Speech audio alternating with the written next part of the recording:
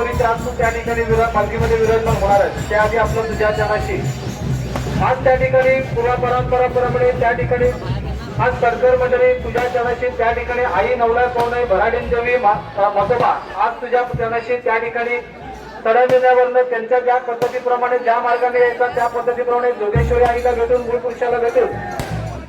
नवला पवनाईला भेटून चौडीवरनं तुझ्या चरणाशी तुझ्यापर्यंत आज त्यांचा त्या ठिकाणी संपूर्ण मानकरी गावकरी ट्रस्टी आणि त्यांचा संपूर्ण गाव त्या ठिकाणी तुझ्या दरबारामध्ये बारावड्यामध्ये त्या ठिकाणी आलेला आहे। आणि तुझ्या चरणाशी दरवर्षीची सालाबाद प्रमाणेची तुझी फाल्गुन पौर्णिमेची जी गाठभेट आहे आणि त्यांच्या शिमगोत्सवाला तुझा आशीर्वाद घेऊन ती बाळ मंडळी मानकरी गावकरी मंडळी आज तुझा आशीर्वाद घेऊन पुढे त्यांचा मार्ग त्या ठिकाणी ते करणार आहे। ती वाडवडिलांनी घातल्या परंपरेप्रमाणे त्या ठिकाणी ही तुझ्या चरणाची गाठभेट सालाबाद प्रमाणेची तुझी त्या ठिकाणी 12 पदाच्या अधिकारात त्या ठिकाणी परिपूर्ण झालेली आहे। ही कळत नाही कळत बाळबाबांच्या असतं म्हणा मानकरी गावकऱ्यांच्या असतं म्हणा बारावड्याच्या असतं म्हणा काय चुकला वागलं असेल तर प्रत्येकाच्या जापा शब्दात चुकून त्या ठिकाणी भाल करून या शिमगा उत्सवाला त्या ठिकाणी जेव्हा सोबत तुझ्या चरणाशी तुझ्या कृपा आशीर्वाद आज त्यांच्या गावाच्या संपूर्ण त्या ठिकाणी पाठीशी राहून त्यांची केलेली सेवा आज त्या ठिकाणी तू मान्यता करून आज त्यांच्या त्या ठिकाणी नवल्या पवनाई आज भराडीन देवी आणि मतोबा देवाची समजूत घालून ही वर्षाची गाठभेट तू आपली मान्य करून त्यांचा जिथे होळीचा शेंडा आहे त्या मार्गाला तू आता त्या ठिकाणी इथनं तिथे आणणार सवणार आहे।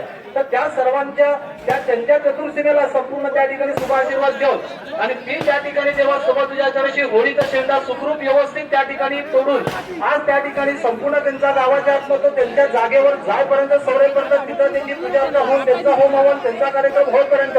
तुझा शुभ आशीर्वाद घेऊन तुझ्या चरणाशी त्या ठिकाणी जात आहे। तर त्यांना पण त्या ठिकाणी जेव्हा शुभ आशीर्वाद दे आणि त्यांच्या शिमगा उत्सवाला त्या ठिकाणी तुझा आशीर्वाद पाठीशी राहायला पाहिजे। हे वर्षाचं जे तुझे गाठभेटीचा कार्यक्रम आहे तो कार्यक्रम आज तुझ्या दरबारामध्ये बारावड्याच्या उपस्थितीमध्ये मानकरी गावकऱ्यांच्या उपस्थितीमध्ये ही गाठभेट त्या ठिकाणी मान्य झाली करायची अशा रीतीने त्या ठिकाणी तू बंदोबस्त ठेव आणि ह्या वर्षापासून पुढल्या वर्षाप्रमाणे राखंड दाखवायला